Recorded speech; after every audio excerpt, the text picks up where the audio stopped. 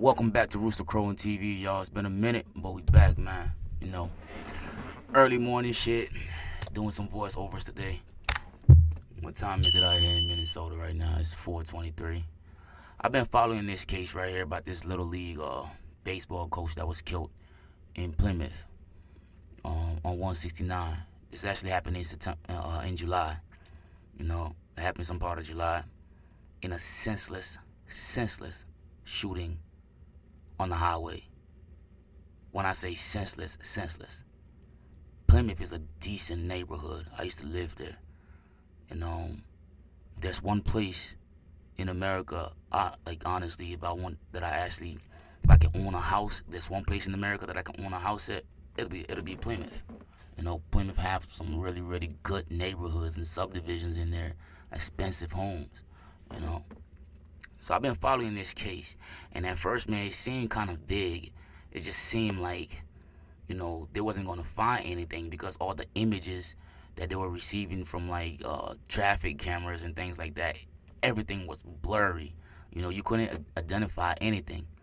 But more tips kept coming in, and that lead to this video and this news clip I'm about to show you guys now. You know, when I say senseless, guys, senseless, man. I'm gonna roll this, we can chop it up a little bit, you know. Well, the case started as a needle in a haystack, but now a man who Plymouth police believe was involved in the deadly July shooting on Highway 169 is in jail. 33-year-old Jamal Lindsay Smith is expected to be transferred from Illinois to Minnesota soon, and police say he'll be charged with second-degree murder in the death of Jay Boughton. But how did police zero in on Smith when the case at one point looked hopeless? KARE 11's Lou Raguse has been digging into it for weeks and joins us now with more. Lou? Well, Julie, Randy, over the last 8 weeks, Plymouth police spent 1,500 hours working on this case. It was a textbook digital forensic investigation with a big break found on Facebook. Authorities believe this video broadcast on Facebook Live is the key to solving the murder of Twin Cities baseball coach Jay Boughton, shot and killed in July on Highway 169, allegedly by someone who fired the deadly shot from a light-colored SUV captured in this grainy traffic cam video that night. We are proud to be able to provide an update today that an arrest has been made in the connection with Jay's murder. After repeated requests for tips, court records reveal this video helped them crack the case. It was posted on July 6th, just hours before the 169 murder, showing one man with a gun on his lap and another man with a gun in the back seat. But how did police find it and connect it to the murder? Please give us a call.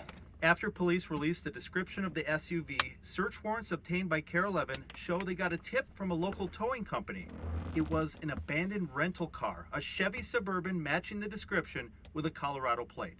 When investigators checked the plate and the address of the person who rented it, they checked security video of a nearby gas station and identified a man driving the same SUV. And when they checked his social media posts, they discovered this. 33-year-old Jamal Smith had posted a video of himself earlier the same day of the shooting, waving a gun. Police say it matches the type of gun used in the shooting. At one point, the video shows a passenger in the car, and later, another man in the back seat also holding a gun. After reviewing those images, investigators told a judge the interior of the car matches the abandoned SUV they've seized and have been processing. Pulling all those pieces together, the search warrants we obtained show police were able to trace the suspected shooter's entire route.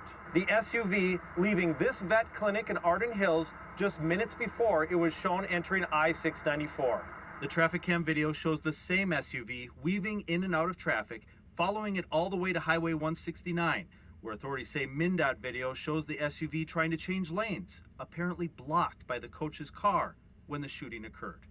Finally, a police report shows authorities were able to track Smith down in Decatur, Illinois, by tracing where he last posted on Facebook. Now, Plymouth Police Chief Eric Fadden wouldn't say today whether more arrests are expected, but made it clear their investigation isn't finished. Back to you. All right. Thank you, Lou. Working on this case. Turn this It was a around real textbook quick. digital forensic. Alright, guys, you guys just got that. You guys just heard that. And like I said, this whole thing is really, really senseless. This guy and his son just came from a game. All right, and this was like a traffic incident. Maybe somebody's trying to merge over or whatever it is. You know, usually you honk your horn. You know what I mean? Flick the person off, whatever it is, and let it be. But when certain people have a gun in their possession, they feel like they're above the law. They feel like they're untouchable, unstoppable. You feel me? And it was just one of these cases.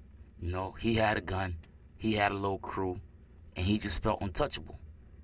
Why else would you shoot at somebody that you don't even know in traffic and take this man's life? Why? Because you were trying to merge over and he was in the lane? That's enough to take a life over these days? I can't lie to you guys, man. Ever since George Floyd, the Twin Cities hasn't been the same. Crime rate has gone up, like everywhere in the U.S. But specifically speaking for the Twin Cities, crime rate has gone up. You feel me? A lot of the things that you never used to hear about are starting to happen. There was a news clip that I saw, and the lady was asking the sheriff, like, if this guy is from Chicago, why is he in Minnesota? And I have to say, bro, a lot of the gang-related crimes that are committed in Minnesota usually have ties to Chicago gangs. You know, that's just what it is. Most of those gangs, like down in like the cities in like Minneapolis area and stuff like that, most of them have ties to Chicago. So a lot of the crazy shit that actually happened in Minnesota is not actually done by Minnesotans. It's done by outsiders. You know, I mean, if you read a lot of these articles, most of these guys come from other places. Don't get me wrong, Minnesotans do, you know what I mean, flip and do stupid shit too. But as far as like all these senseless killings and shit like that, if you see these, more than likely it's somebody from Chicago, Gary, Indiana, you know, just to name a few of the, you know, places where you run into people from. But this right here was completely senseless. It didn't have to happen. You know, I didn't think they was gonna find any suspects, like I said, because every clue that they had, the videos and everything like that, was just so blurry. You know, well, yo, we have to tell God thank you. We live in this timeline. We live on this timeline where criminals, both young and old, are stupid. You know, there are two things we can depend on them to do.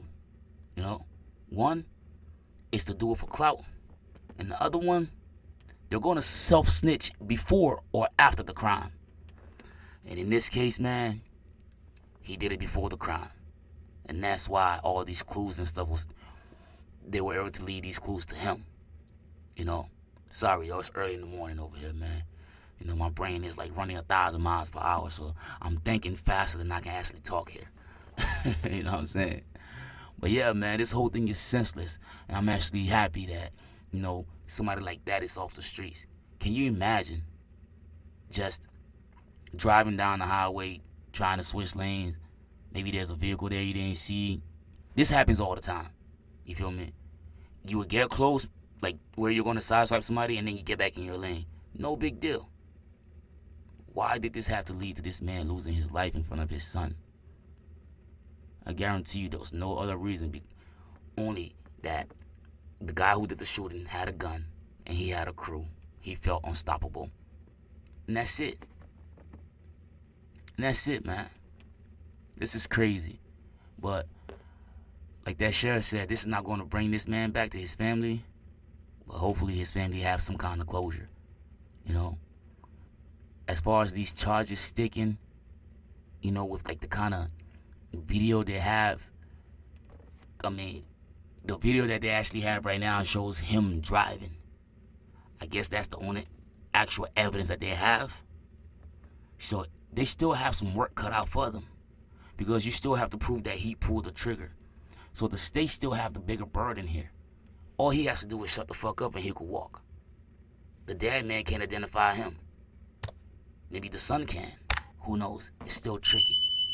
But I've been following this for a while, and I'm going to keep following it. And when I get a chance, I'll update you guys. But let's talk about this in the comment section. Till next time, y'all.